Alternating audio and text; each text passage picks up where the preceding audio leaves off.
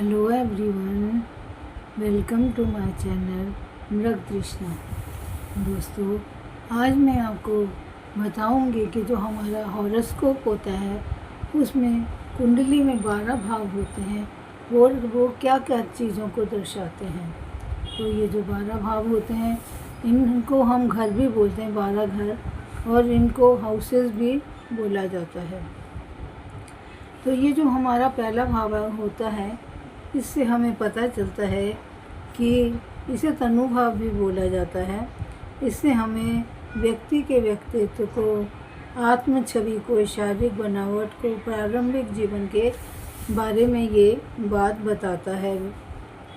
व्यक्ति की आदतों का पता चलता है, शारीरिक बनावट का, बाहरी रूप रंग उसका कैसा है, कितना इंटेलिजेंट है और वो खुद के बारे में क्या सोचता है, इन सब बातों का हमें पता चलता है।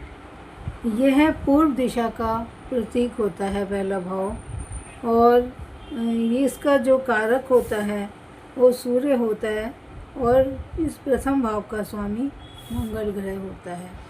इस प्रकार हम देखते हैं कि हमें इस पहले भाव से काफ़ी चीज़ों का पता चलता है। आदमी साहसी है या डरपोक है, स्ट्रॉन्ग है, कैसा है, उसका रंग काला है, गोरा है, कैसा है, इन सब बातों का हमें पता चलता है। जो हमारा सेकंड हाउस होता है इसे धन भाव भी बोला जाता है। ऐसा व्यक्ति धन संग्रह कितना करता है, परिवार में दुख सुख की स्थिति भी देखी जाती है। कुटुंब के साथ कैसा व्यवहार है, माता पिता, चाचा चाची, ताऊ, इन सब में आपस में कैसे संबंध है। ये हमारी दाईं आँख के बारे में भी हमें इससे सेकंड हाउस से पता चलता है। आँखों संबंधी जो रोग होते हैं उसके बारे में भी यहीं से पता चलता है। गले के ऊपरी भाग को भी यह दर्शाता है। इस प्रकार वाणी कैसी होगी, हमारी वाणी के बारे में हम कैसा बोलते हैं उसके बारे में भी ये भाव दर्शाता है। ये मारक भाव भी कहा जाता है, इसका कारक बृहस्पति होता है। इस प्रकार जो कुंडली का सेकंड भाव होता है इससे वाणी का, कुटुंब का, इन सब चीज़ों का हमें पता चलता है। जो तीसरा भाव होता है, जो थर्ड हाउस होता है, उससे हमें पराक्रम, व्यक्ति के पराक्रम का पता चलता है, भाई बहनों का, उसके साहस का और यात्रा का, व्यक्ति कितना जोखिम उठाने की क्षमता रखता है, इन बातों को दर्शाता है। ये ज्योतिष में ये भाव गर्दन, हाथ, कंधे, छाती के ऊपरी भागों को दर्शाता है। यह भाव मिथुन राशि से संबंधित होता है। इसे सरोधर भाव भी कहा जाता है। तो इससे हमें सेकंड हाउस से हमें थर्ड हाउस से हमें पड़ोसियों के बारे में भी पता चलता है। लेखन क्षमता कैसी है, राइटिंग कैसी है, इस भाव को यह दर्शाता है।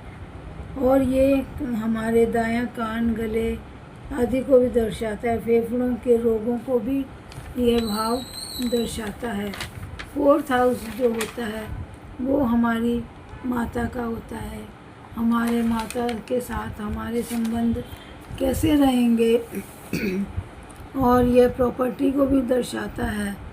और इस प्रकार हम देखते हैं कि पैतृक जो संपत्ति होती है उसको भी दर्शाता है। वाहन सुख का भी यहीं से पता चलता है। बड़ा मकान, बड़ी गाड़ी, इन सब बातों के बारे में भी इसी स्थान से पता चलता है। चंद्र और जो बुध होते हैं इस ग्रह के कारक होते हैं। यहाँ से हमें कितना सुख मिलेगा वो भी हमें इसी भाव से पता चलता है। माता का स्वास्थ्य कैसा रहेगा वो भी इसी भाव से पता चलता है। चौथा भाव हमारे पास वाले रिश्तेदारों और उनके संबंधों को भी बताता है। अब मैं आपको हॉरोस्कोप के 5वें भाव के बारे में बता रही हूँ। हॉरोस्कोप का 5वां भाव संतान, शिक्षा, बुद्धि और भाग्य से संबंधित होता है। इसे सुत भाव भी कहा जाता है। यह संतान की शिक्षा, उच्च शिक्षा, ज्ञान, बुद्धि को दर्शाता है। यह हमारे इष्ट देव का भी होता है। यह भाव मानसिक मनोरंजन, खेल गतिविधियों में भाग लेना, उच्च शिक्षा, प्रतियोगी परीक्षाओं को भी हमारे जो है दर्शाता है। राहु केतु शनि जैसे अशुभ ग्रह अगर यहाँ बैठ जाते हैं तो फलों में कमी आ जाती है। यह प्रेम संबंधों, रोमांटिक गतिविधियों का भाव भी कहा जाता है। यहाँ से शेयर मार्केट के लाभ और नुकसान का भी पता चलता है। आप कितने इंटेलिजेंट हैं, आपकी मेमोरी कैसी है, यहाँ से ही पता चलता है।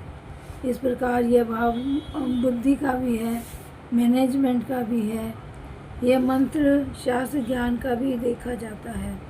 अब हम देखते हैं हॉरोस्कोप के छठे भाव को। ये हमारे रोग और शत्रु का होता है और ये हमारे वाद विवाद तथा नौकरी का भाव भी होता है। ननियाल का भाव भी यहीं से देखा जाता है तथा मामा का भाव भी यहीं से देखा जाता है।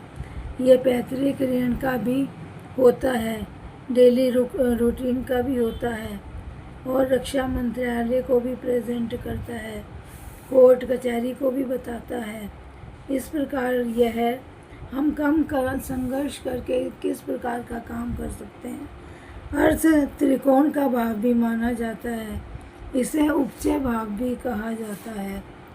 इस प्रकार हम देखते हैं ये भाव हमारे यहाँ पे सूर्य का बैठना बहुत ही अच्छा माना जाता है। यहाँ से सूर्य बैठकर छठे में बैठा ऐसे लोगों को रोग ऋण शत्रु से नहीं डरते हैं। दैनिक दिनचर्या का भी ये भाव होता है। रिस्क लेने से आदमी यहाँ घबराता नहीं है। और अगर यहाँ पे बुध विराजमान हो जाए तो बहुत अच्छा होता है, क्योंकि यहाँ पे बुध उच्च का माना जाता है। इस प्रकार बुद्धि बल से आदमी अपना है। इस प्रकार अब हम कुंडली के सातवें भाव को बता रहे हैं। गुरु सातवां भाव जो होता है वो हमारे दाम्पत्य जीवन का होता है तथा हमारे पति पत्नी के भाव को ये दर्शाता है। जल्दी विवाह होगा या देर से विवाह होगा, हमारा विवाह कितने दिन तक रहेगा, तलाक आदि की समस्याएं तो जीवन में नहीं आएंगी, इस भाव को दर्शाता है। और गुरु का बैठना यहाँ पे अच्छा माना जाता है, लेकिन कई बार कहते हैं कि गुरु जहाँ बैठता है उस जगह का नुकसान करता है, लेकिन ऐसा बहुत कम देखा गया है। इस प्रकार हम देखते हैं कि जो सातवां भाव होता है हमारे आपसी संबंधों को, रिश्तों को दर्शाता है और जीवन साथी के स्वभाव के बारे में, प्रेम विवाह के बारे में, साझेदारी के बारे में हमें ये बताता है। इससे आदमी के चरित्र का भी पता चलता है, हमारे वैवाहिक सुख का भी यहाँ से पता चलता है। इस प्रकार सातवां भाव साझेदारी में बहुत कुछ बताता है कि जब हम साझेदारी करते हैं तो उसमें हमें कितना नफ़ा और नुकसान होगा।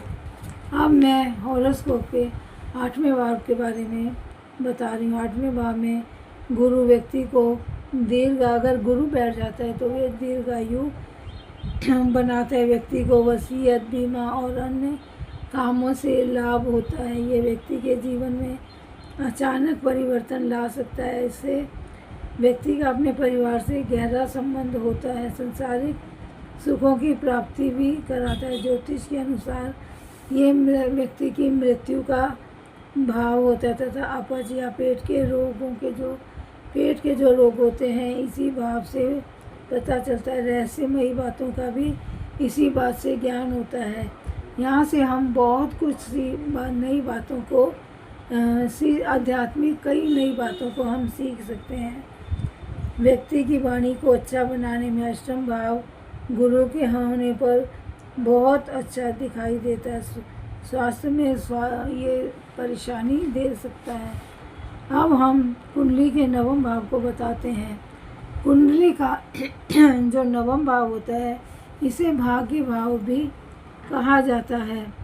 व्यक्ति के भाग्य, धर्म, शिक्षा इन क्षेत्रों का पता चलता है।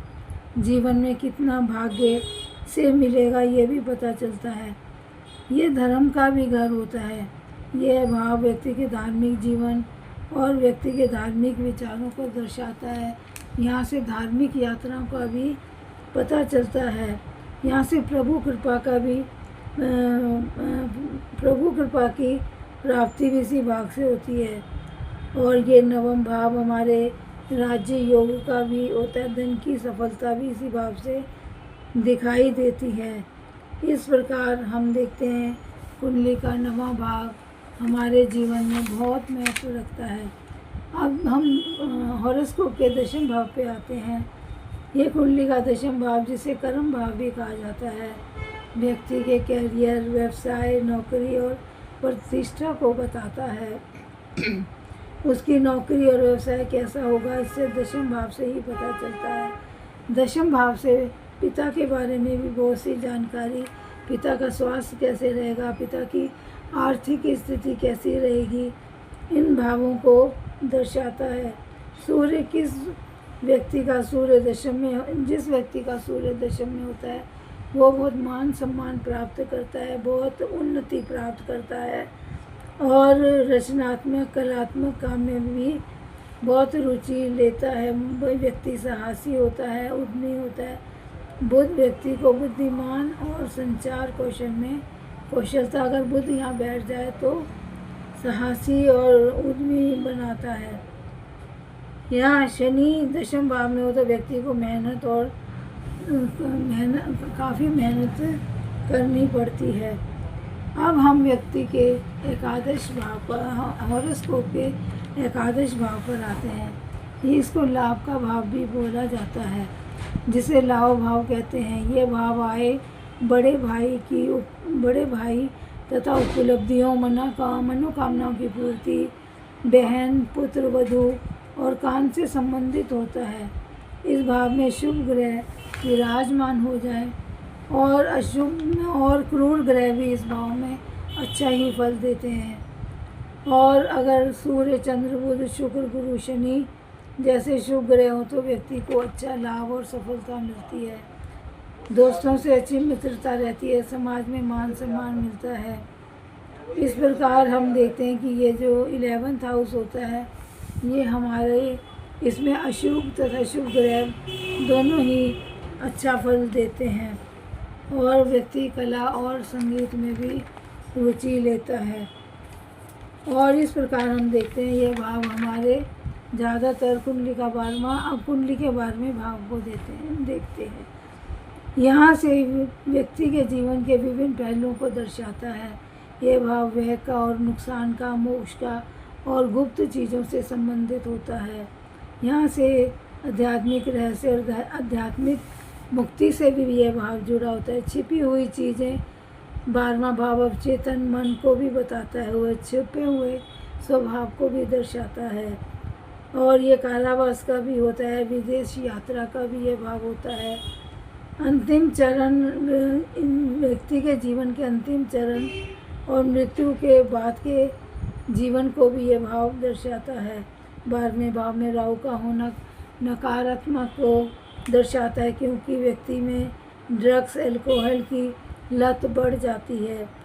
और बुध यहाँ पर कमज़ोर होने पर मानसिक कष्ट और उच्च होने पर रुचि देता है। ये भाव हानि, मुक्ति, अलगाव और गिरावट का भी भाव है। इस भाव को अस्पताल का भाव भी माना जाता है। इस प्रकार हम देखते हैं ये कुंडली के जो 12 भाव होते हैं ये हमारे जीवन में बहुत ही महत्व रखते हैं। अच्छे ग्रहों के बैठने के कारण अच्छे परिणाम तथा बुरे ग्रहों के बैठने के कारण बुरे परिणाम मिलते हैं। Thank you.